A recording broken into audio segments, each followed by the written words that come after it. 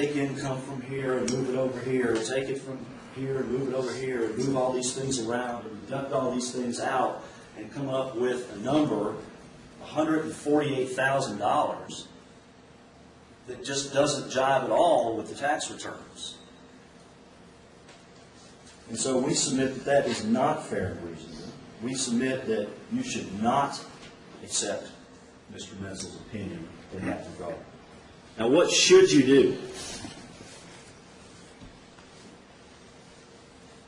Well, that's why I had Dr. Duvall prepare this table.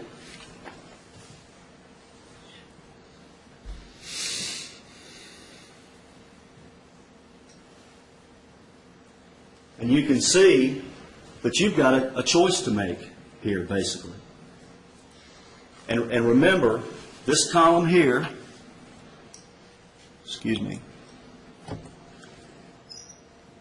well, the earnings column is based on his tax returns, based on that line 20 of the K-1s. And that's a monthly average. And I thought it would be instructive to prepare this table, because if you believe that Mr. Crawford, based on the photos, the surveillance, the absence of any objective findings on his MRIs, you could conclude that he shouldn't have been off more than a month. That's what Dr. Weiss said, if you'll remember. He says, it's mystifying to me. A month would be a long time. In that event, you've got it.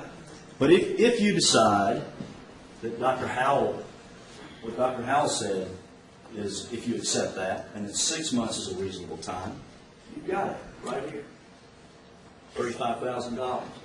If you decide to hold Mr. Crawford to what he said in his deposition, which is that March 1 is a reasonable date to cut it off, then you've got 4 months. You've got it right here. So I would submit that in deciding what's fair and reasonable as far as lost earnings, we're content to leave that to your discretion. And I've tried to prepare this Exhibit 31 to aid you in that regard.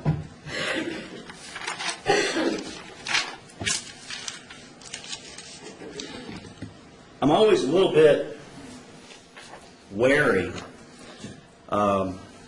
Defense lawyers, I think, in general are.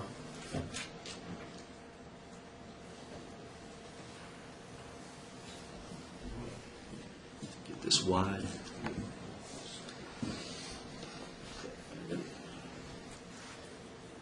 About these verdict forms, because it almost seems like it invites you to put a large amount in each blank. I want to make clear to you that you can put zeros in those blanks. You can put zeros in those blanks. And I'm even going to go forward and say, further and say, in some of those blanks you should put zeros. Future pain and suffering, you should put a zero. Lost earning capacity in the future, you should put a zero. Lost ability to enjoy life in the future, you should put a zero. We're now over 2 years after this accident. It is time to move on. Even Dr. Howell, in his 6 months, drew the line somewhere. And that's what y'all should do as well.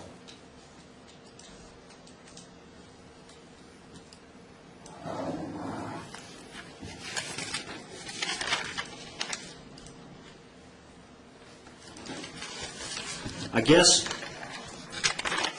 what it all comes down to is this, ladies and gentlemen.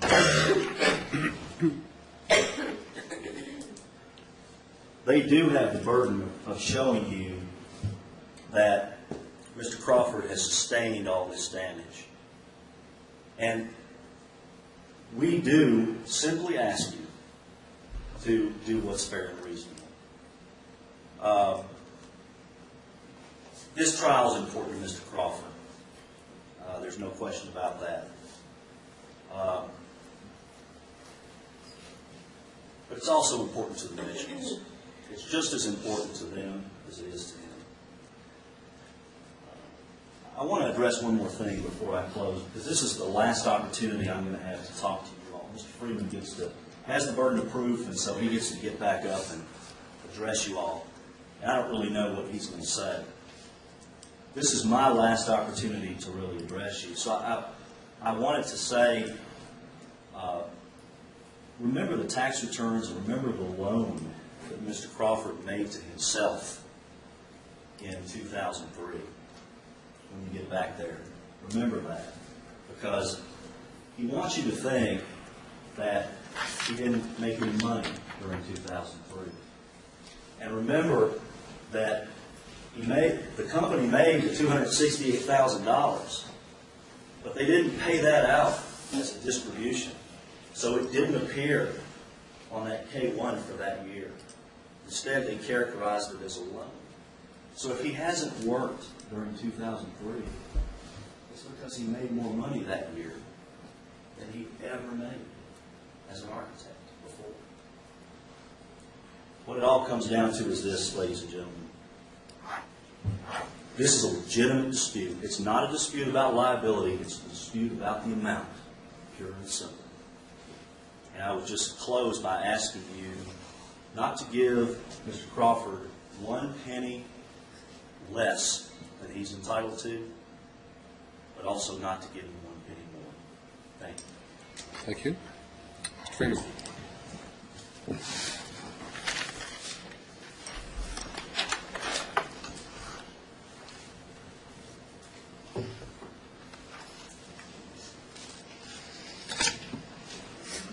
What I got from that was that be fair and reasonable as long as it helps them.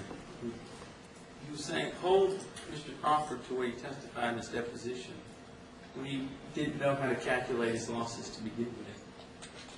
And that's fair and reasonable.